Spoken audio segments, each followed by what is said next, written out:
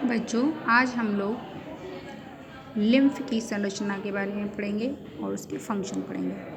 Lymph या लसिका।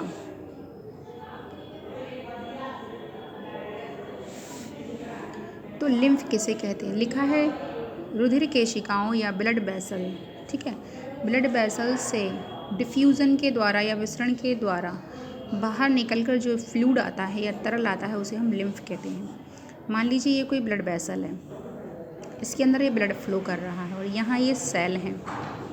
तो यहाँ ये जो ब्लड वेसल है इसमें से कुछ, ये जो मेम्ब्रेन है यहाँ से कुछ लिक्विड यहाँ आ जाएगा, ठीक है, यहाँ भर जाएगा, तो उसे हम कहते हैं लसिका। लसिका रुधिर के समान एक फ्लूइड टिश्यू फ्लूइड है, फ्लूइड टिश्यू है। ठीक है, इसमें प्लाज्मा मतलब प्लाज्मा और WBC पाया जाता है। इसमें क्या होगा? WBC होगा, प्लाज्मा होगा।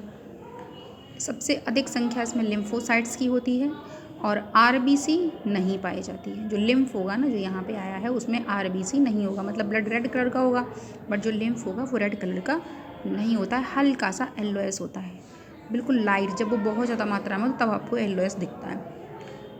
RBC नहीं होती है लसिका में या लिम्फ में। जो इंसॉल्युबल प्रोटीन होती है, जो घुलती नहीं है प्रोटीन, उसकी मात्रा बहुत कम होती है और एक्सक्रीटरी सब्सटेंसेस की मात्रा अधिक होती है।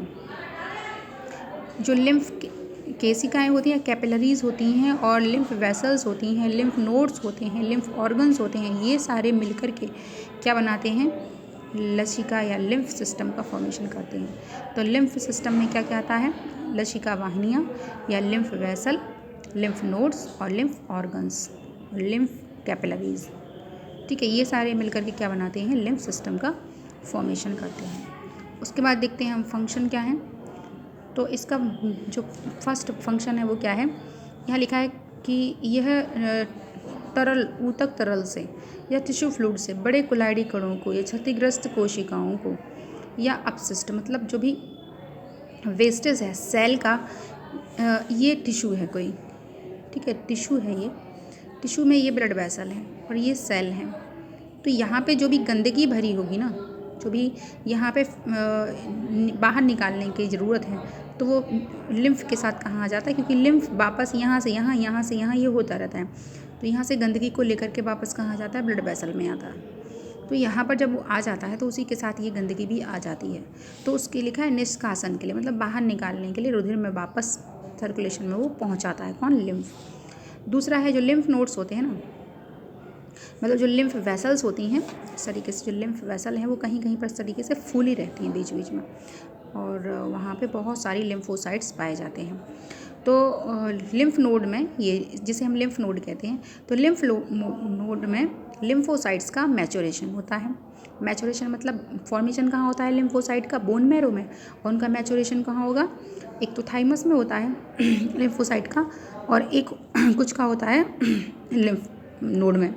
तो इन्हें हम जिनका मैचुरेशन यहाँ होता है लिम्फोसाइट का, उन्हें हम एल लिम्फोसाइट कहते हैं। जिनका थाइमस ग्लैंड में होता है उन्हें हम टी लिम्फोसाइट्स कहते हैं। सो मैचुरेशन होता है और ये क्या करते हैं? बैक्टीरिया और वायरस को खा जाते हैं, उनको नष्ट कर देते हैं। जो हमारे बॉडी के अंदर एंटर कर जाते हैं ना माइक्रोब्स, उनको खा जाता है। कौन? लिम्फोसाइट्स। फिर लिम्फ ऑर्गन्स तथा लिम्फ नोड्स में क्या होता है? एंटीबॉडीज़ का फॉर्मेशन भी होता है। एंटीबॉडीज़ कहाँ बनती हैं? लिम्फ ऑर्गन में और लिम्फ नोड्स में बनती हैं। तो उसकी वजह से हमारे शरीर की जो इम्यूनिटी होती है ना, वो भी स्ट्रॉन्ग हो जाती है या उसका फॉर्मेशन होता है। इसकी वजह से इम्यूनिटी सिस्टम का फॉर्मेशन होता है। और जो हमारी स्मॉल इंटेस्टाइन होती है, स्मॉल इंटेस्टाइन में जब डाइजेशन होता है फूड का, तो जो फैट होता है, जो भी हम ऑयल वगैरह खाते हैं, तो उसका डाइजेशन फैटी एसिड में और ग्लिसरॉल में हो जाता है। जो भी ऑयल होता है, छोटे आंत में किस फैट का या ऑयल जो हमने खाया है या स्वीट खाया है, तो उसमें जो फैट होगा, उस फैट का स्मॉल इंटेस्टाइन में फैटी एसिड तथा ग्लिसरॉल में डाइजेशन हो जाता है। तो इसको कहाँ मिलना है? ब्लड में जाना है। तो ब्लड में कैसे मिलेगा? तो लिम्फ जो केशिका होती है या लैक्टियल्स होते हैं, उसके द्वारा ये क्या हो जाता है? एब्जॉर्ब हो जाता है और ब्लड में जाकर मिक्स हो जाता है। कौन? फैटी एसिड और ग्लिसरॉल। तो इस तरीके से ये हमारा लिम्फ था, उसका स्ट्रक्चर और उसके ये वर्क थे।